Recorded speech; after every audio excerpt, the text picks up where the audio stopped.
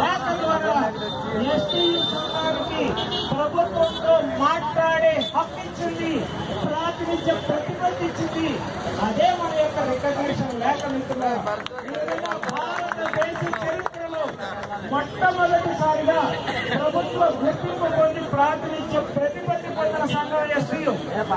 ఈ రాష్ట్ర చరిత్రలో మేమంతా ఉద్యోగాల్లోకి వచ్చాక 1986 సంవత్సరంలో ఏప్రిల్ 5వ తేదీన ఈ రాష్ట్రంలో ఎస్టీయు ఒకే ఒక్క సంఘంగా, ఎస్టీయు ఏపీ ఏకైక సంఘంగా 19 రోజులు సమ్మె చేయించిన ఉపాధ్యాయుల చేత 10వ తరగతి పరీక్షలు జరుగుతున్నప్పుడు 10వ తరగతి పరీక్షల సమయంలో ఎస్టీయు ఏకైక సంఘంగా 5వ తేదీన పిలిపిస్తే ఆ వేళ పేపర్ కూడా అదే మంది ఉన్నారు. ఆ సంఘంలో పాల్గొన్నారు టి వెంకటరావు గారు, కేవీవి సత్యనారాయణ గారు, పివి సత్యనారాయణరాజు గారు, ఇలా 10 మంది మాత్రమే ఉన్నారు.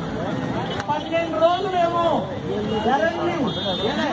మాకు నీళ్లు లేవు.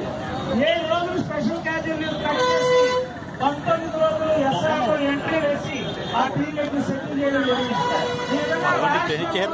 ఒక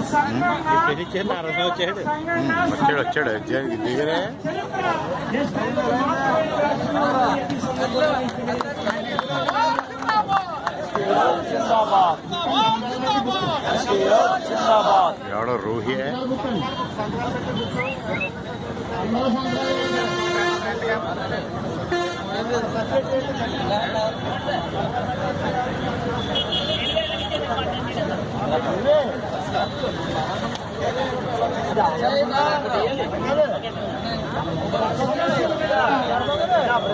రూహి గారు వచ్చారు. నాయకులు మాట్లాడతారు.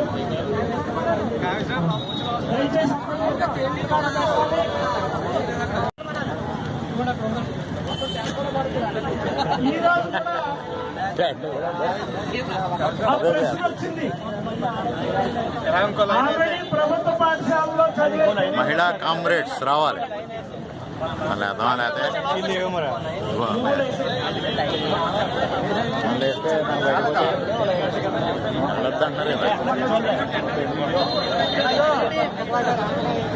శిబిరం 5 దాకా లేవద్దంటున్నారు కదా.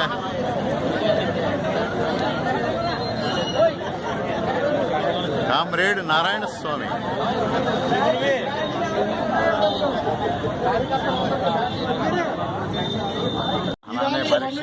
ఎందుకు నిలబడ్డాడు? మిగిలిన డిపార్ట్మెంట్లు అందరికీ ట్రాన్స్ఫర్ చేసి ఉపాధ్యాయులకు మాత్రమే ట్రాన్స్ఫర్ చేయబడంలో అర్థం ఏంటి? ఏంటి దీంట్లో ఉన్న మర్మం? దేనికోసం అన్నదే విద్యాశాఖ మంత్రి గారు సమాధానం చెప్పాలి. దొడ్డుదారు బదిలీలక, నీకు ఇష్టం వచ్చిన వాడికి చేసుకోవడానిక మమ్మల్ని మాత్రమే ఎందుకు ఆఫ్ చేస్తాం? మిగిలిన వాళ్ళందరికీ ప్రశాంతంగా ఎందుకు జరిగినాయి? ఇవాళ ప్రభుత్వ పాఠశాలలు స్టార్ట్ అయిపోయినాయి కనుక మేము చేయలేము అని అంటే నిజంగానే జరగట్లేదా? దొడ్డిదారులు ఎవడో చేయించుకోవట్లేదా? రేషనలైజేషన్ చేయట్లేదా? వర్క్ అడ్జస్ట్మెంట్లు చేయట్లేదా? డిప్యుటేషన్లు వేయట్లేదా? పిల్లవారు నష్టపోవట్లేదా? అక్టోబర్ నెల పేరు చెప్పి ఎన్ని రోజులు పాఠం చెప్పనిచ్చారు మమ్మల్ని? ఇదేనా మీరు పాఠశాలకు ఇచ్చే మొదటి ప్రాధాన్యత? సీఎం గారు మొదట పీఠం ఎక్కినన్నే ఒకటే చెప్పారు, నా మొదటి ప్రాధాన్యత ఎడ్యుకేషన్ అన్నారు. నిజంగా 36 అంగుళాలు ఉన్న గుండె 42 పెరిగింది. అయ్యి బాబు, ఇదేదో కేజ్రీవాల్ తలదన్నేస్తుంది అనమాట ఆంధ్రప్రదేశ్ అని చెప్పి చాలా ఆశలు పెట్టుకున్నాం. ఒకే ఒక దెబ్బ కొట్టాడు. అమ్మఒడి తీసుకెళ్లి ప్రైవేట్ వాడికి కూడా అన్నాడు అంతే. అప్పుడు దాకా జరిగినటువంటి అడ్మిషన్లు అన్ని కూడా పొలోమని దారి తీసుకుని ఒక్కొక్కడు జారిపోయాడు. ఈవేళ ట్రాన్స్ఫర్స్ అడిగితే రేషనలైజేషన్ పడితే ఎన్ని స్కూళ్లు మూతపడతాయో ప్రభుత్వమే చూసుకోవాలి. నాడు